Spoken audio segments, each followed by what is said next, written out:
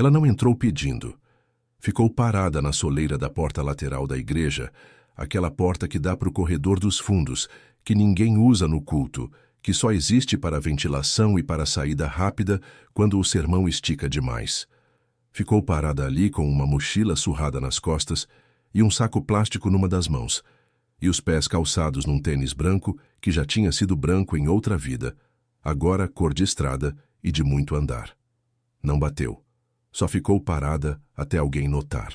Quem notou foi Dona Zefa, que estava varrendo o corredor com aquela vassoura de palha que ela mesma trazia de casa, porque dizia que a vassoura da igreja não prestava. Dona Zefa tinha 72 anos.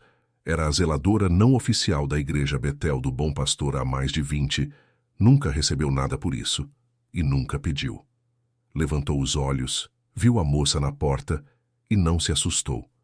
Tinha visto muita coisa naquela porta. A moça devia ter uns 20 e poucos anos. O rosto era fechado, não de raiva, de cansaço. Os olhos escuros olhavam para Dona Zefa com aquela expressão de quem já ouviu não suficientes vezes para saber que o não pode vir de qualquer forma. Às vezes com desculpa, às vezes sem, mas sempre chega. Posso falar com o pastor? A voz saiu baixa, direta. Dona Zefa apoiou a vassoura na parede. Ele está no escritório. O que você precisa? A moça ficou um segundo sem responder. Não porque não sabia o que precisava, porque sabia demais e não sabia por onde começar. Por fim, disse apenas, preciso falar com ele. Dona Zefa olhou para o saco plástico, olhou para a mochila, olhou para o tênis. Leu o que havia para ler e fez o que sempre fazia, abriu o caminho. Vem comigo. O escritório do pastor ficava nos fundos da igreja, depois da sala de reuniões da diretoria, e antes do banheiro que só funcionava com descarga manual desde 2018. Era uma sala pequena, com uma estante de livros que inclinava levemente para o lado esquerdo. Uma mesa de madeira escura com marcas de copo, uma cadeira giratória que rangia quando o peso mudava, e uma janela que dava para o quintal da igreja, onde havia um pé de manga velho e 3 cadeiras plásticas empilhadas que ninguém sabia de onde tinham vindo. O pastor Elias estava de óculos, lendo alguma coisa impressa, com uma caneta na mão. Tinha 53 anos. Era um homem alto, de ombros largos, que os anos tinham curvado levemente para frente, do jeito que curva nos homens que passaram a vida se abaixando para ouvir os outros. O cabelo estava mais grisalho do que preto agora. A barba de 3 dias era descuido honesto, não estética. Tinha enviuvado 4 anos atrás. Ninguém falava muito sobre isso na igreja, não por falta de cuidado, mas porque ele mesmo não falava, e as pessoas aprenderam a seguir o ritmo dele. Ruth tinha sido professora de escola pública, mulher de riso fácil e opinião firme, que cantava desafinado no louvor e não ligava. A ausência dela no banco da segunda fileira da esquerda era uma presença constante que Elias carregava todo domingo sem mostrar. Dona Zefa bateu com o nó do dedo na madeira. Pastor, tem uma moça aqui que quer falar com o senhor. Ele tirou os óculos, olhou para a porta. Pode entrar. A moça entrou. Ficou parada na frente da mesa sem sentar, porque não tinha sido convidada a sentar e porque tinha aprendido que assumir espaço sem permissão costumava custar caro. O pastor apontou para a cadeira do lado. Senta. Ela sentou. Pousou o saco plástico no chão, a mochila ficou nas costas. Ficaram se olhando por um segundo, do jeito que 2 pessoas se olham quando nenhuma sabe exatamente o que a outra vai dizer. Como você se chama? Débora. Débora. Ele repetiu com cuidado de quem está gravando. De onde você vem, Débora? De Governador Valadares. Pausa.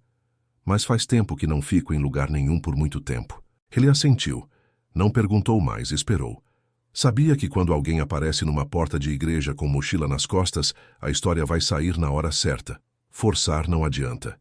Ela olhou para a estante inclinada por um segundo, depois olhou para ele. Posso ficar na igreja? Ela disse.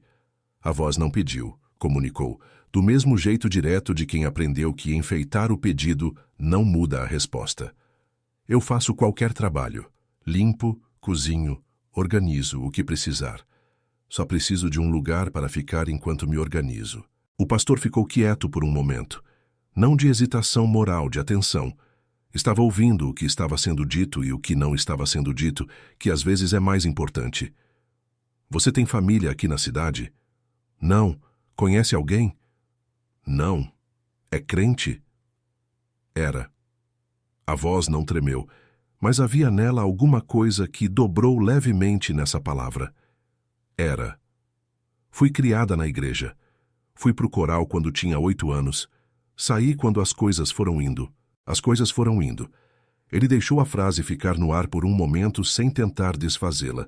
Entendeu que era uma frase que carregava muita coisa dentro e que esse não era o momento de abrir. Ele se levantou, foi até a janela, olhou para o quintal com o pé de manga. Ficou assim por um tempo, não desconfortável, pensando de verdade.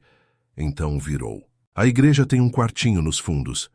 Era depósito, mas a gente limpou faz uns meses e nunca usou para nada.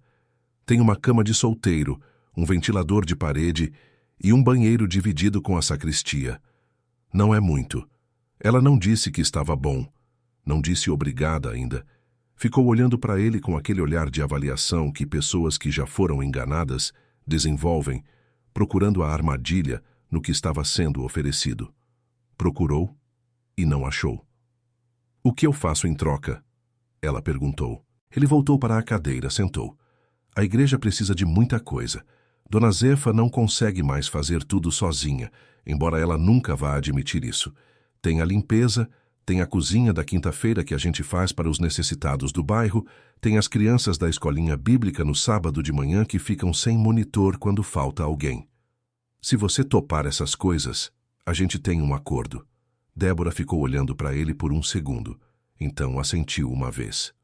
Topo. Ele assentiu também.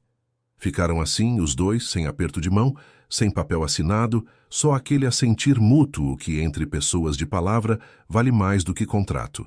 Bem-vinda, Débora. Foi Dona Zefa quem mostrou o quartinho. Era pequeno do tamanho que ele tinha descrito, com uma janela alta que dava para o beco lateral e deixava entrar mais barulho do que luz. A cama tinha um colchão fino coberto com um lençol florido que Dona Zefa disse que tinha lavado na semana passada. O ventilador de parede funcionava, mas só na velocidade 2 porque o 3 fazia barulho demais. É humilde, disse Dona Zefa sem cerimônia, mas é limpo. Serve, disse Débora. Dona Zefa ficou parada na porta por um momento, olhando para a moça que largava a mochila no chão e ficava parada no meio do quartinho, com aquele jeito de quem está tentando decidir se pode relaxar ou não. Você comeu hoje? Comi alguma coisa de manhã. Dona Zefa desapareceu e voltou 10 minutos depois, com um prato de arroz, feijão e um pedaço de frango que ela foi buscar não se sabe aonde. Pousou na beira da cama. Débora olhou para o prato, depois olhou para Dona Zefa com aquele olhar de quem não está acostumada a receber. Come, disse a velha simplesmente, e saiu. Débora comeu sozinha no quartinho com o ventilador na velocidade 2 e o barulho do beco lá fora. E não chorou. Fazia tempo que não chorava. Mas ficou um longo momento com o prato vazio no colo, olhando para o nada, com a mão pousada no estômago devagar. Aquele gesto que ela fazia sem perceber que fazia, como quem protege algo que ainda não tem nome, mas que o corpo já reconhece. Nos primeiros dias, a rotina foi se formando da forma que rotinas honestas se formam. Sem anúncio, sem planejamento, apenas pelo passo repetido no mesmo lugar, até virar caminho. Débora acordava cedo. O hábito era velho de antes de quando a mãe chamava às 5 para ajudar na padaria que a família tinha e perdeu. Acordava, dobrava o lençol, varria o quartinho, ia para a cozinha da igreja. Aprecia o fogão industrial, a organização das panelas, o jeito que cada coisa estava em seu lugar por conta de Dona Zefa, que tinha um sistema próprio que ela não escreveu em lugar nenhum, mas que existia com a força de lei. A limpeza da igreja ela fazia no período da manhã, antes do movimento do dia começar. Varrendo, passando pano, organizando os inários nas cadeiras, verificando os vasos de flores plásticas que Dona Zefa lavava uma vez por semana com água e vinagre. Era um trabalho silencioso, rítmico, daquele tipo que ocupa as mãos e deixa a cabeça ir para onde quiser ou para lugar nenhum, que às vezes é melhor. O pastor Elias chegava perto das 8. Sempre a pé, porque morava a 3 quarteirões da igreja, e porque Ruth tinha dito uma vez que homem que mora perto do trabalho e usa carro é preguiça, tentando parecer ocupação. Chegava, cumprimentava Dona Zefa, pegava o café que ela sempre deixava pronto, ia para o escritório. Às vezes cruzava com Débora no corredor. Ela dava bom dia, ele respondia, cada um seguia. Não havia frieza nisso. Havia respeito por espaço, que é diferente. A cozinha da quinta-feira foi a primeira coisa que os aproximou de verdade, porque cozinhar junto não deixa fingir que a outra pessoa não está ali. Eram 3 voluntárias que vinham regularmente, Dona Neuza, Cleide e a jovem Patrícia, que estava no 3º mês de faculdade de nutrição e trazia ideias que as outras ouviam com paciência e raramente adotavam. E havia o pastor, que aparecia não para coordenar, mas para ajudar de verdade, descascando cebola e cortando frango com uma eficiência que surpreendeu Débora na primeira quinta. "Você cozinha?" Ela perguntou sem pensar, direto. Ele olhou para ela por um segundo com aquele olhar levemente divertido que aparecia nele às vezes, rápido, quase imperceptível. "Precisei aprender." Pausa. "Minha mulher cozinhava. Quando ela foi, tive que decidir entre aprender ou comer mal para sempre." Ela não perguntou mais, mas ficou de olho no jeito que ele cortava, e era o jeito de quem aprendeu por necessidade e foi ficando bom sem perceber. Naquela quinta, serviram 112 marmitas para o pessoal do bairro que passava na porta. Pessoas de todas as idades, algumas envergonhadas, outras tranquilas, outras que vinham toda semana e já tinham apelido com Dona Neuza. Débora ficou na fila servindo arroz com aquela concha grande e olhou para cada rosto que passava com uma atenção que não era pena. Era reconhecimento. Ela sabia o que era estar do outro lado de uma fila assim. No fim do dia, quando a cozinha estava limpa e as panelas guardadas, o pastor ficou na porta dos fundos olhando para o quintal. Débora estava lavando as últimas colheres na pia. Sem se virar, ela disse, 112. Ele olhou para ela. Eram 112 pessoas. Ele ficou quieto por um momento. Todo quinta tem mais ou menos esse número, às vezes mais. Ela terminou de lavar, secou as mãos no pano de prato, olhou pela janela da cozinha para o quintal, para o pé de manga. É muita gente passando fome num bairro pequeno assim. É, disse ele. E há 15 anos que a gente faz isso toda quinta, ele disse não com orgulho, com peso, com aquela consciência de quem sabe que é pouco diante do que seria necessário. E todo quinta tem gente nova na fila. Ela assentiu. Não disse mais nada, mas aquilo ficou nela de um jeito que ficou. Foi numa manhã de sábado, na escolinha bíblica, que Débora se revelou de um jeito que ela mesma não esperava. Eram 11 crianças entre 5 e 9 anos, energias diversas e atenções curtas, na sala de reuniões que virava sala de aula com o empurrar de 3 mesas. A monitora titular era a Simone, que naquele sábado não apareceu por conta de febre do filho. Débora foi chamada na última hora, sem aviso, sem preparação, com apenas o aviso de Dona Zefa batendo na porta do quartinho às 8h15. As crianças chegam às 9. Simone não vem. Você vai ter que segurar. Ela foi. Chegou na sala com 11 pares de olhos olhando para ela, como se estivessem avaliando se essa substituta valia alguma coisa. Ficou parada na frente deles por um segundo, olhando de volta. Então, puxou uma cadeirinha, sentou na altura deles e disse: "Quem aqui já teve um dia muito ruim?" Todas as mãos subiram. Ela passou 2 horas com aquelas crianças, sem usar nenhum material preparado, sem flanelógrafo, sem música ensaiada. Contou histórias da Bíblia do jeito que ela tinha aprendido com a avó, com voz baixa, com pausas no lugar certo, com o dom de quem sabe que criança não precisa de efeito especial, precisa de presença. As crianças ficaram quietas daquele jeito que crianças ficam quando algo de verdade está sendo dito. O pastor parou na janela da sala no meio da manhã. Ficou olhando por alguns minutos sem entrar. Viu Débora no meio das crianças, uma menina de 6 anos sentada no colo dela enquanto ela contava, as outras ao redor com olhos abertos. Havia nela, naquela posição, naquele jeito de segurar a criança, uma naturalidade que ele não esperava, não porque duvidasse dela, mas porque às vezes as pessoas revelam coisas que carregavam escondido quando o espaço finalmente permite. Ele foi embora sem entrar, mas ficou pensando nisso o dia todo. 3 semanas depois de Débora ter chegado, Cleide parou Dona Zefa no corredor com aquela expressão de quem tem fofoca e está querendo dividir de forma responsável. Disse que alguém da diretoria tinha comentado que ficava estranho a moça morando ali sem batismo, sem carta de transferência, sem nada, que a diretoria ia querer conversar com o pastor sobre isso. Dona Zefa ouviu tudo, assentiu várias vezes enquanto Cleide falava, e quando terminou disse apenas: "É bom que conversem mesmo", e foi varrer outra parte do corredor. O pastor soube pela irmã Marluce, que era secretária da diretoria, e tinha consciência pesada quando guardava coisa. Ele ouviu, agradeceu e não disse nada, mas naquela quinta-feira, depois que as 112 marmitas foram servidas e a cozinha estava limpa, quando Débora foi para o quartinho, ele bateu na porta com o nó do dedo. Ela abriu. O corredor estava escuro, só a luz do quartinho iluminava o rosto dos dois. "Tem uma coisa que preciso te contar", ele disse.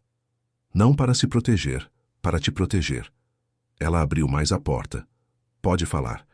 Ele contou sobre a diretoria, sem drama, sem rodeio, com aquela honestidade direta que era o jeito dele fazer tudo.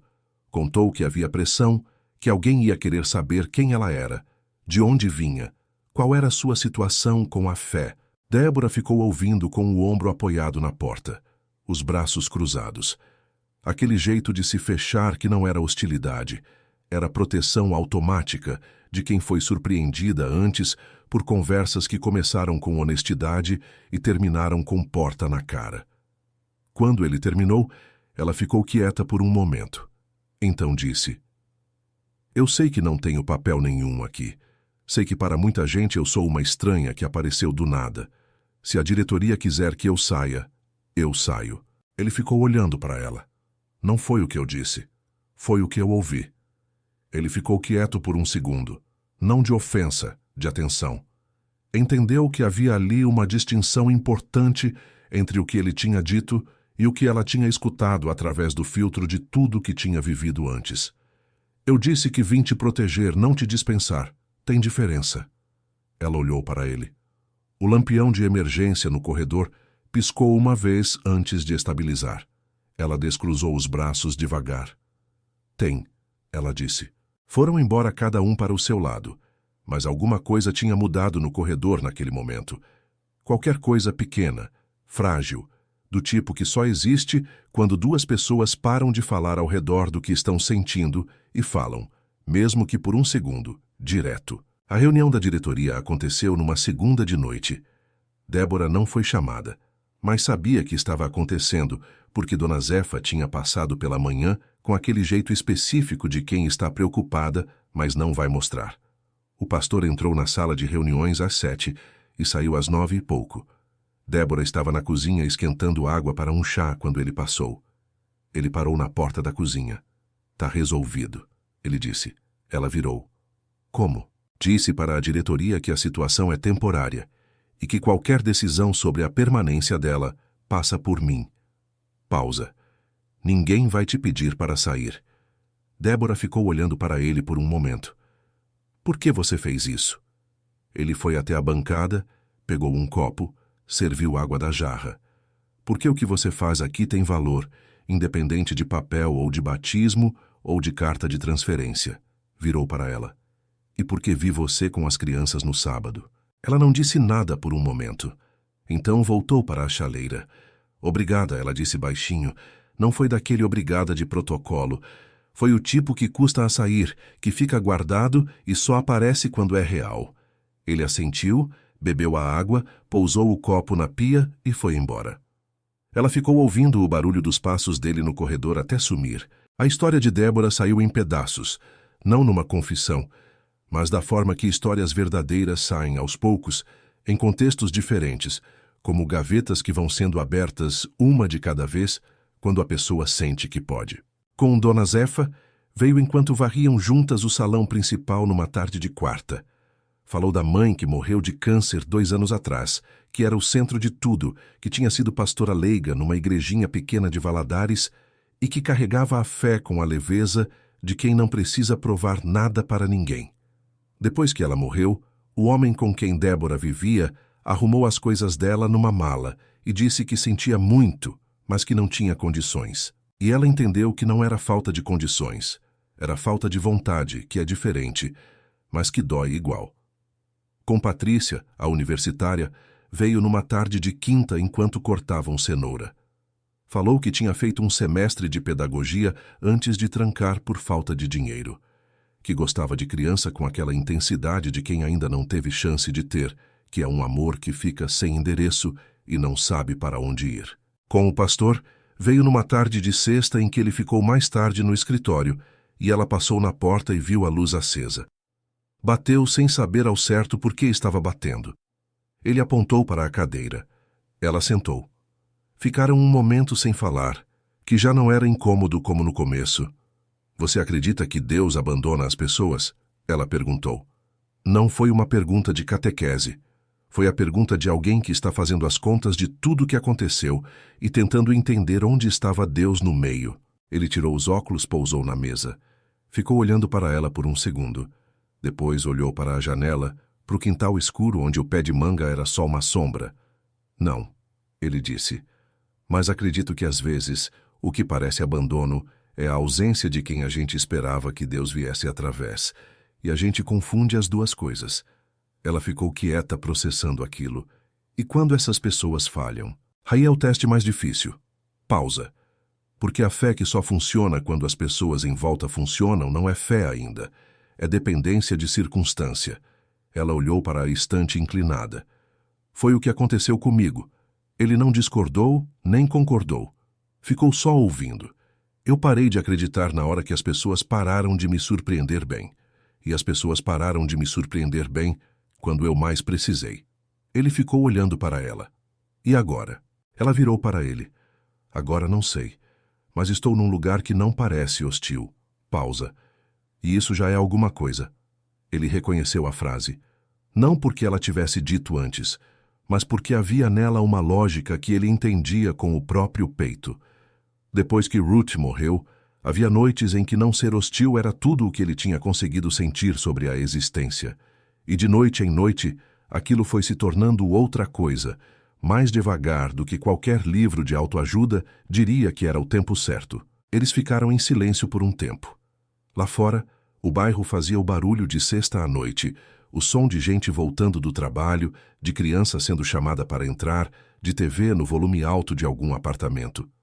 O pastor deixou o silêncio ser, porque havia aprendido que às vezes a coisa mais pastoral que existe é não falar. Quando Débora se levantou para ir, parou na porta. Sem virar, disse: Sinto que deveria te contar uma coisa. Pode ser agora ou quando você quiser, ele disse. Ela ficou parada por um segundo. Então virou. Eu tô grávida. Voz firme, sem drama, sem preparação. A frase caiu no ar entre os dois como objeto concreto. Ele não se mexeu, não abriu mais os olhos, não encolheu. Ficou olhando para ela com aquela atenção quieta, que era o jeito dele receber coisa difícil. Do homem que foi embora, ele perguntou. Sim, ela disse. Eu descobri 2 semanas depois que ele saiu. 4 semanas antes de eu aparecer aqui. Pausa. Não sei se foi covardia ou coragem vir parar numa cidade que eu não conheço. Mas a cidade de antes não tinha mais nada para me segurar. O pastor ficou quieto por um momento. Então disse com aquela voz baixa de quando as palavras eram pesadas de verdade. Isso muda alguma coisa na sua situação prática. E não muda nada no que você representa para essa casa. Ela ficou olhando para ele. Procurou julgamento no rosto dele. Não encontrou. O que encontrou foi mais difícil de receber do que julgamento, porque julgamento ela sabia como desviar. O que encontrou foi cuidado direto e limpo, que pega a guarda baixa. Obrigada, ela disse. Desta vez a voz saiu com uma trinca pequena que ela controlou antes de virar as costas e ir para o quartinho. Ele ficou parado no escritório depois que ela saiu, olhando para a porta fechada. Pensou em Ruth, que adorava criança e não havia conseguido ter. Pensou numa tarde em que Ruth tinha dito, com aquele jeito direto que ela tinha: Elias, o mundo tá cheio de criança que precisava de pai e de pai que precisava de criança. E a gente fica esperando o mundo se arrumar sozinho. Ele não tinha entendido direito o que ela estava dizendo naquela época. Às vezes as pessoas falam coisas que só ficam claras depois, quando o contexto finalmente aparece. Ele ficou olhando para o quintal escuro por um tempo. Depois fechou os óculos no estojo, apagou a luz e foi embora. Nos dias que se seguiram, nada mudou de forma aparente.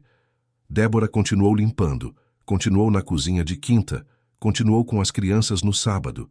O pastor continuou chegando a pé às 8, continuou com o café, continuou no escritório. Mas havia uma diferença na qualidade do silêncio entre eles. Era mais leve, ou talvez não mais leve, talvez só mais honesto, com uma verdade pousada no meio que mudava a textura de tudo ao redor. Dona Zefa notou antes de qualquer um. Notou no jeito que o pastor demorava um segundo a mais na porta da cozinha, quando Débora estava lá. Notou no jeito que Débora ficava mais quieta ainda, mas de um quieto diferente, não fechado, recolhido, como quem está prestando atenção em alguma coisa que está crescendo devagar dentro e não quer atrapalhar. Dona Zefa não disse nada para ninguém, mas sorriu sozinha na varredura de uma tarde de terça, com aquele sorriso de mulher velha que já viu o suficiente para saber o que está vendo. Foi o irmão Gilberto do conselho quem estragou a calmaria. Gilberto tinha 60 anos, era contador aposentado e tinha uma forma específica de ser bom homem que incluía a convicção de que o certo era sempre o que ele pensava. Não era maldade, era limitação.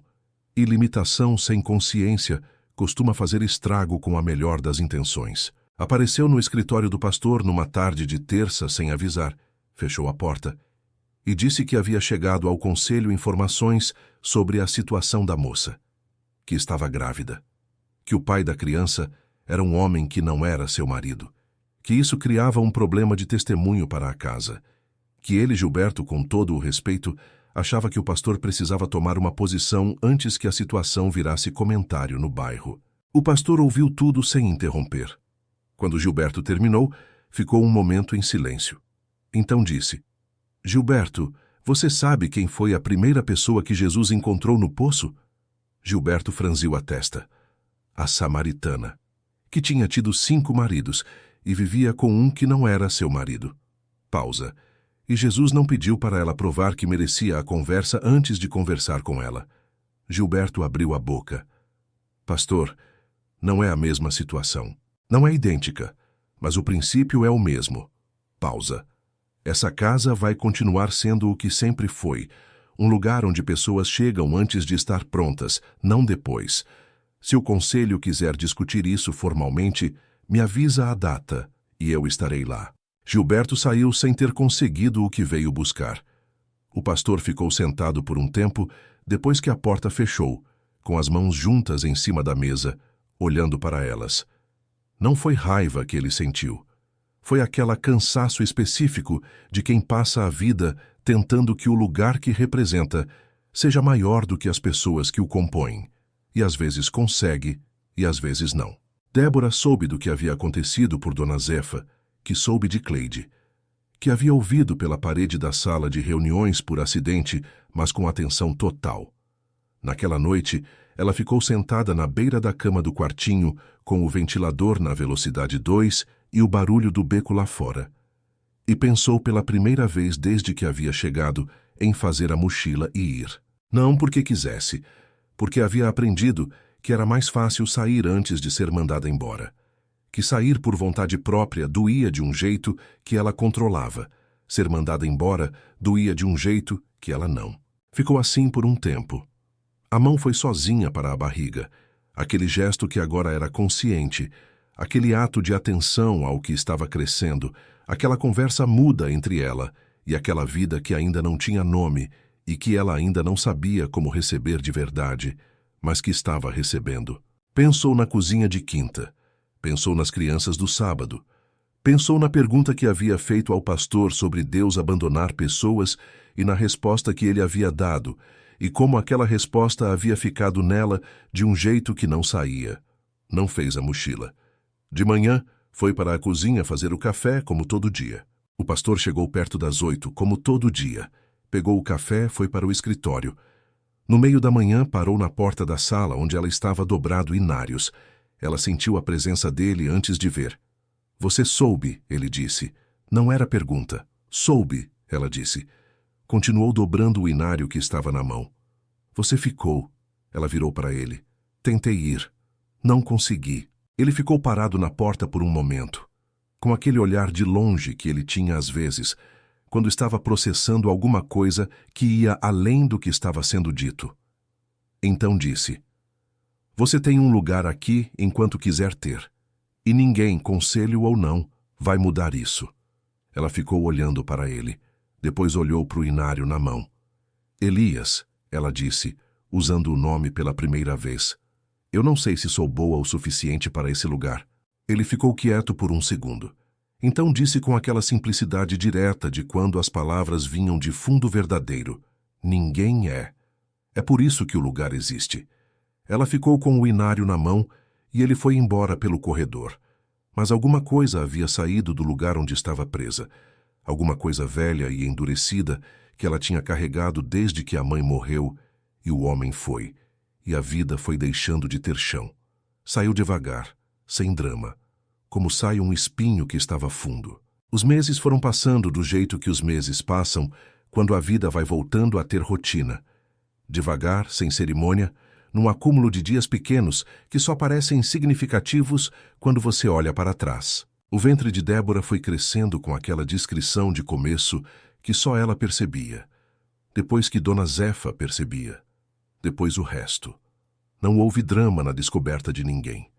Havia na comunidade daquela pequena igreja um número considerável de pessoas que tinham chegado com histórias que não eram simples e que tinham aprendido, por conta de terem sido recebidas sem exame prévio, que o julgamento era uma moeda que elas mesmas não podiam se dar ao luxo de distribuir. Havia a Cleide, que tinha chegado 15 anos atrás grávida de um homem casado e que hoje era a mais zelosa da cozinha de quinta.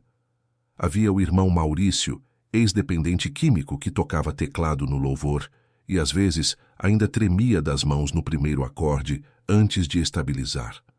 Havia o jovem Tiago, 16 anos, que morava numa república porque a família tinha mandado embora quando ele contou quem era.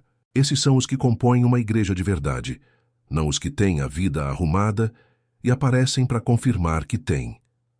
Débora foi se tornando parte desse tecido sem que ninguém precisasse votar. Foi acontecendo da forma que acontece quando uma pessoa para de ocupar espaço com medo e começa a ocupar com presença. O pastor e ela foram tendo conversas mais longas nas tardes de sexta, quando o movimento diminuía e o escritório ficava mais quieto. Não conversas programadas, mas o tipo que começa porque um dos dois passa na porta e o outro está com a luz acesa e não tem motivo real para não parar. Conversas sobre fé, sobre dúvida, sobre o que se faz com a dor que não passa, sobre Ruth, sobre Valadares, sobre a mãe dela que cantava louvores na igrejinha com uma voz que Débora descrevia como desafinada, mas bonita, e o pastor havia sorrido nessa parte de um jeito que ela não esperava, porque era um sorriso que tinha saudade dentro. Sua mulher também cantava desafinado? Ela perguntou. Horrível, ele disse. E sorriu de novo, desta vez sem a saudade doendo, só lembrando. Ela olhou para ele sorrindo daquele jeito e sentiu por dentro alguma coisa se mover. Não no ventre, que já tinha o peso do crescimento de outro ser. Mais acima, no peito, naquele lugar onde a gente guarda as coisas que tem medo de sentir, porque sentir significa depender, e depender significa poder perder. Ela que tinha aprendido a não depender. Ela que tinha carregado tudo sozinha por tanto tempo que tinha esquecido como era diferente. Ficou olhando para aquele sorriso e baixou os olhos para as mãos. Foi no começo do 7º mês que ele fez alguma coisa que ela não esperava. Apareceu numa manhã de sábado com uma caixinha de madeira pequena, pintada de branco, com um lacinho de fitinha azul que estava torto porque ele mesmo havia tentado fazer e não tinha jeito. Pousou na mesa da cozinha onde ela tomava café. O que é isso? Ela perguntou. As crianças do sábado fizeram para o bebê, ele disse. Ficou em pé do outro lado da mesa. Foi ideia da Patrícia, mas as crianças fizeram com a mão. Tem um bordado dentro que a dona Zefa fez. Um versículo. Débora ficou olhando para a caixinha por um longo momento. Depois ficou olhando para ele. A fita torta. A caixinha branca pintada com aquela imperfeição honesta de coisa feita com atenção, mas sem técnica. Ela não disse nada, mas os olhos ficaram brilhando daquele jeito que ela controlava desde que tinha parado de chorar, que era há muito tempo. Ele viu. Não fez cerimônia. Foi pegar o próprio café. Ela abriu a caixinha. Dentro havia um bodezinho branco pequeninho bordado na frente, com letras tortas e caprichosas de criança, as letras de diferentes tamanhos, como se cada uma tivesse sido feita por uma mão diferente, que provavelmente era o caso. E no bodezinho estava escrito, com aquela caligrafia irregular e linda, Deus cuida. Ela ficou olhando para aquelas duas palavras por um longo momento. A mão foi para a barriga, o gesto agora completamente consciente, completamente voluntário, completamente honesto. O pastor estava do lado com o copo de café quando ela levantou os olhos. Ele estava olhando para ela com aquele olhar direto e quieto, não de avaliação, de presença. E foi ela quem falou primeiro, com aquela coragem que é a mais difícil de todas, a de se deixar ver de verdade por alguém que provavelmente não vai embora. Eu tenho medo, ela disse, da voz firme, baixinha, honesta. Ele não perguntou do quê. Sabia. Eu também, ele disse simples, sem disfarçar, sem tentar parecer mais estável do que era. Eles ficaram em silêncio por um momento na cozinha da igreja, com o café esfriando nos copos, e o barulho da rua lá fora, e o bodezinho com as letras tortas pousado na mesa entre os dois. Então ele estendeu a mão sobre a mesa. Não para ela, aberta, posta ali, disponível, daquele jeito que não obriga, mas que convida. E ela ficou olhando para aquela mão grande e quieta por um segundo, depois pousou a dela em cima. Nenhum dos dois fez drama sobre isso. Ficaram assim, com as mãos juntas sobre a mesa de madeira com marca de copo, no escritório da cozinha de uma igrejinha pequena de bairro, com o pé de manga visível pela janela, e Dona Zefa passando no corredor com a vassoura sem olhar para dentro, mas com o canto da boca, levantando numa coisa que só ela sabia o que era. O bebê nasceu numa madrugada de novembro, com a parteira chamada às pressas, e Dona Zefa segurando a mão de Débora e o pastor sentado no corredor do posto de saúde, com o chapéu no joelho, olhando para o chão, ouvindo os sons que vinham do quarto e tentando com cada um saber se estava indo bem. Quando o choro veio, ele fechou os olhos. Ficou assim por um momento. Depois levantou. Era menina. 4,2 kg. Saudável, com aquela voz enérgica de recém-nascido que anuncia a chegada ao mundo sem pedir licença. Ele entrou quando deixaram. Débora estava deitada com a menina no colo, exausta daquele cansaço que não é fraqueza. O cabelo molhado de suor colado no rosto, os olhos cansados e acordados ao mesmo tempo. Aquele estado de quem acabou de fazer a coisa mais extraordinária que existe. Ele parou perto da cama. Ficaram se olhando por um momento sem palavra. Ela nasceu bem, Débora disse. A voz estava rouca, mas havia nela alguma leveza que não estava antes. Eu ouvi, ele disse. Olhou para a menina, pequena e perfeita e enrugada daquele jeito de recém-nascido, com os olhinhos fechados com seriedade, as mãozinhas fechadas em punho como se já estivesse segurando alguma coisa que ainda não tinha nome. Você já tem nome para ela? Ele perguntou. Débora ficou olhando para a filha. Tinha pensado em Ruth, ela disse baixinho. Se o senhor não se incomodar, era o nome da sua mulher. Pausa. Você me contou que ela gostava de criança. Pareceu certo. Ele ficou quieto por um tempo. A lamparina do corredor fazia uma luz amarela que entrava pela fresta da porta. Lá fora, o posto de saúde tinha o barulho de sempre de madrugada, baixo e constante. Aquele barulho de lugar que nunca dorme de vez. Ruth é bom nome, ele disse. A voz saiu com um peso que ia além de opinião. Era aprovação, era reconhecimento, era aquele tipo de coisa que se diz quando já se sente parte do que se opina. Débora olhou para ele por um segundo a mais do que precisava. Com aquele olhar fundo e direto, que era o jeito dela de dizer o que a boca ainda não encontrava palavras para dizer. Eles voltaram para a igreja no amanhecer.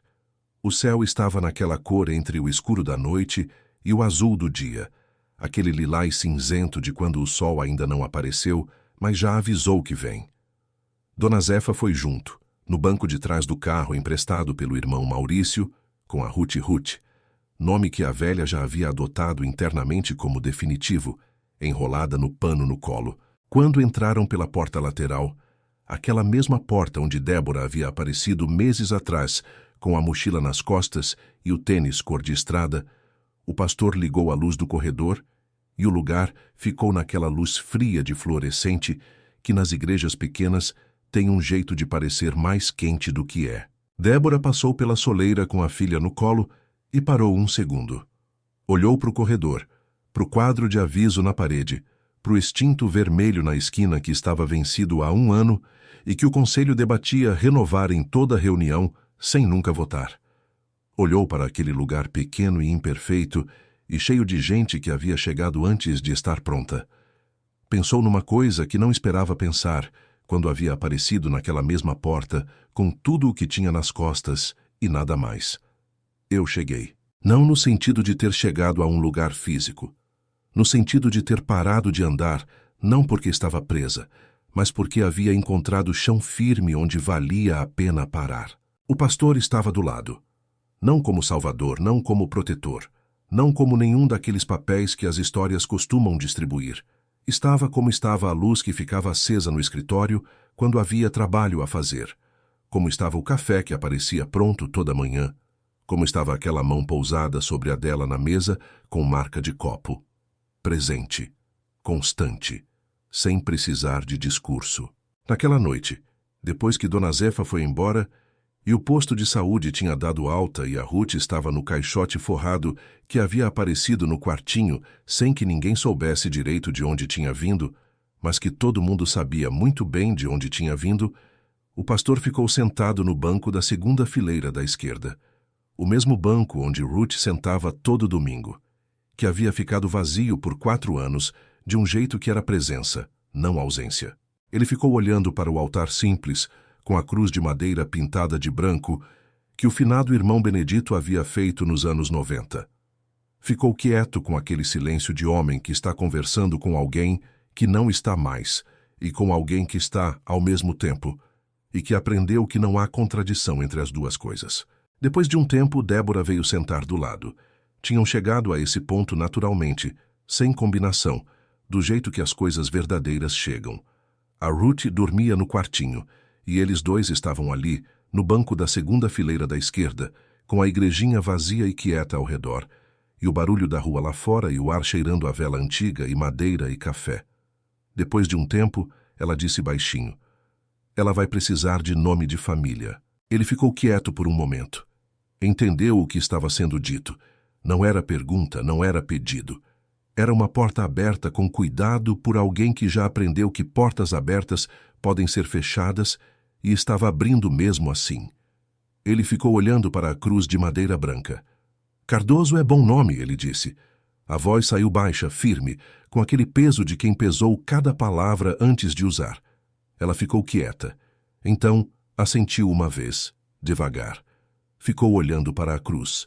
Lá fora, o bairro fazia o barulho de madrugada que vai chegando, mais quieto, mais esparso, com aquele silêncio crescente de quando a cidade finalmente cede e deixa o dia descansar. Dentro, a igrejinha pequena e imperfeita estava acesa, com 2 adultos que tinham perdido muito sentados no banco da segunda fileira da esquerda, e uma criança dormindo nos fundos com um nome que era de uma mulher que havia amado esse lugar e essas pessoas, e que havia partido sem saber que mandaria alguém no lugar dela, sem planejar. Ruth Cardoso, filha de uma mulher que atravessou tudo o que havia para atravessar e não dobrou, filha de um homem que ainda não sabia que era pai, mas que o coração já tinha decidido desde uma noite em que apareceu uma mochila surrada na porta lateral e 2 olhos escuros que comunicavam sem pedir. Setembro chegou para a história que começa. Para esses 2 que aprenderam, um no interior de Minas e outro numa igrejinha de bairro, que o amor que chega depois da perda não é menor que o de antes. É diferente. É mais ciente. É o amor de quem sabe o preço e abre a mão mesmo assim. E Dona Zefa, varrendo o corredor naquela manhã de sábado sozinha, porque todo mundo ainda estava dormindo, cantarolou baixinho um hino que ninguém pediu. E a luz ficou acesa.